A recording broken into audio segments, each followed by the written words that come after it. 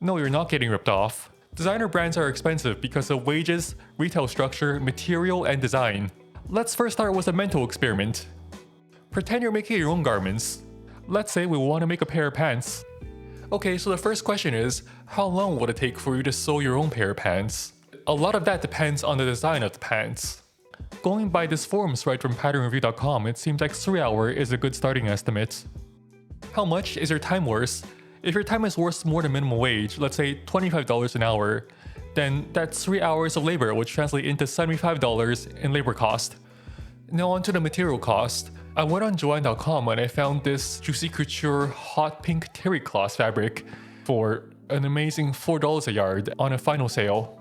So obviously, our brand now is making hot pink sweatpants. We are totally taking over Paris Fashion Week with this. So how much of this fabric will we need? Well, according to Joann.com's fabric calculator, we need around 4 yards of it. So 4 yards at $4 per yard, we need $16 in materials. All in all, we have $75 for labor costs, $16 in materials, which comes out to around $100 just for a pair of sweatpants. It have no elastic, no draw cords, no zippers, no pocket lining, and it will be in hot pink as well. So now will be a good time to talk about retail structure. The way it works is that designer brands rarely ever make their own clothing themselves. Usually what happens is that the designer would buy the fabrics and trims and send that to a factory, who in turn assembles and creates the actual garments. And finally then, the garments are sent to retailers, who in turn sell them to customers. So every time the garment changes hands in the middle, every time it's sold to someone else, it doubles to triples in price. This is how wholesale basically works in any industry. So for a hypothetical designer brand selling hot pink sweatpants, we'd be making these sweatpants for $100. We'd have to sell them to a retailer for at least $200, and the retailer would in turn sell this to a customer for at least $400. So you see how we're going from $100 to $400. Our price is now in the same ballpark as a designer brand, despite using bottom shelf final sale hot pink fabric. And that's the thing, throughout history, clothing has never been cheap. Let's say 1985. Well, here we have a Sears catalog, essentially Amazon before Amazon. And if you wanted to buy a pair of cotton pants here, it would cost you $30, which would translate in today's money $89.44. If you wanted something better, we have a pair of wool poly blend trousers for $65 or $193.79 in today's currency. And this ain't even high-end stuff, this is not even designer, this is Sears. Imagine going on Amazon and your cheapest pants was $100. The incredibly cheap clothing that we all know and love from fast fashion and mall brands, it's actually an anomaly considering the entirety of human fashion history. Well then, how do these mall brands get it so cheap? Let's revisit our 4 horsemen of pricing: wages, materials and design, and retail structure. First of all, wages. In our hypothetical example was our pink sweatpants. The largest portion of the cost came from the labor cost, $75 out of $100. Well, how much are these shopping mall brands paying for their wages? A lot of the time, pricing information is confidential information, but I managed to find some papers from the University of Fashion and Technology in Bangladesh, and they go pretty deep into a cost breakdown. In this paper, they present the whole tech pack. Think about a tech pack as a specification list that tells a factory how to exactly produce this garment. This is for UK supermarket chain Tesco's in-house F&F brand. It's a fully fashioned sweater for 2019 autumn-winter. There's some interesting things here, like the measurements of everything you can think of and everything you didn't think of. But what we're really after here is the costs of everything involved. First off, the materials. Because we're dealing with knitwear here, we can't really measure things in terms of yard of fabric. Instead, we have yarn, and over here we can see for a dozen of these sweaters, the total cost of the yarn is $14. That's around $1 of yarn per sweater. And next we have the trims and accessories. By accessories, we don't really mean bags or necklaces or anything. There's some very banal items in here like the care labels, stickers, and all that comes out to around $7 per dozen. Per sweater, the cost of trims and accessories is $50. The biggest line item here by far is this mysterious line 22 called CM. What CM stands for is cost of manufacturing, and that costed $40 for a dozen of these sweaters. You might now wonder, what is the hourly wage that these workers are being paid? Well, nowhere in this paper is that mentioned, however I did find a very casual mention of standard wage being $6.7 per day. Assuming 8-hour workdays, that's 83 cents per hour. I'm pretty sure the cost of living in Bangladesh is a lot lower than Western countries, but the cost of an iPhone or a Netflix subscription doesn't change no matter where you go. How many years must you work on 83 cents an hour to finally afford an iPhone? And all this leads to a free on board cost, think about the FOB cost as the total production cost, of $60.95 per dozen. That's around $5 each. Compare that with the $100 for the total production cost of our hot pink sweatpants. You can see how the impossibly low prices only comes through impossibly cheap human labor. So that's wages. Next, materials and design. If you're using a more high-end fabric, I looked around and I couldn't find anything that's 100% wool for less than $10 a yard, and there is much more high-end wools that are $20 per yard. Remember, we needed 4 yards for our sweatpants. If you were to use this, now we'd have $80 in fabric costs for our sweatpants alone. What about the mall brands? Well, for the Tesco sweater, we had 100% acrylic, just plastic.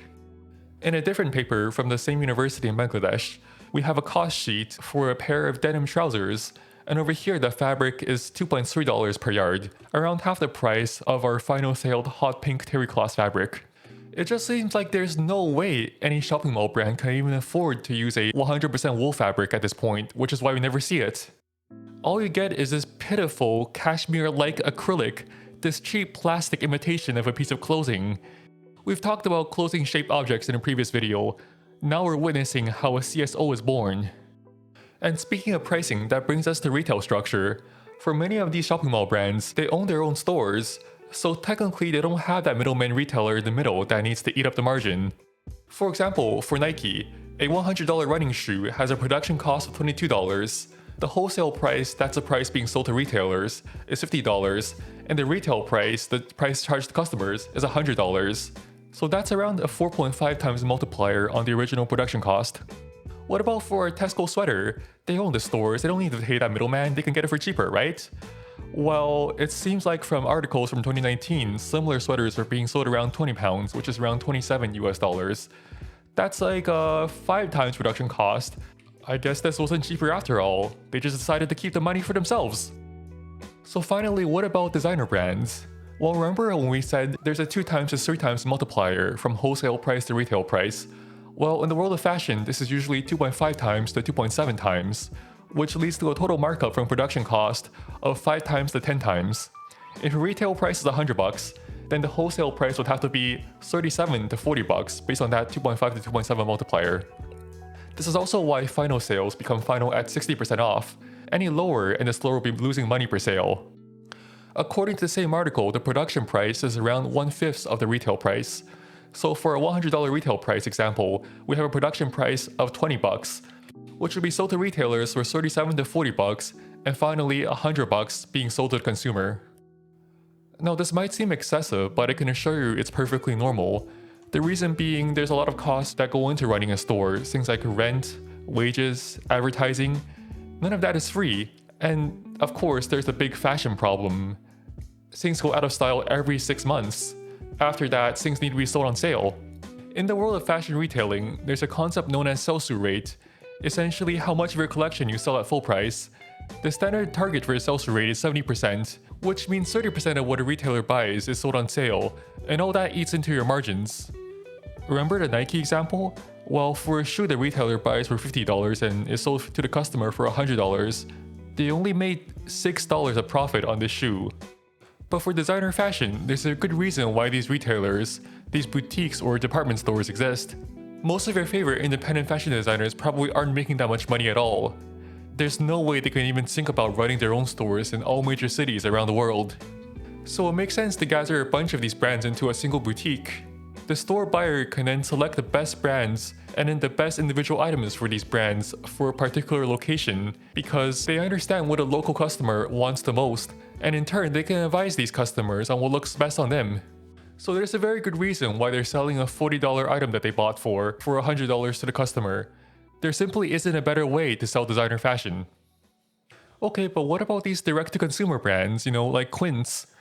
They say they're giving you high-quality items for cheaper because they cut out the middlemen. Is that possible?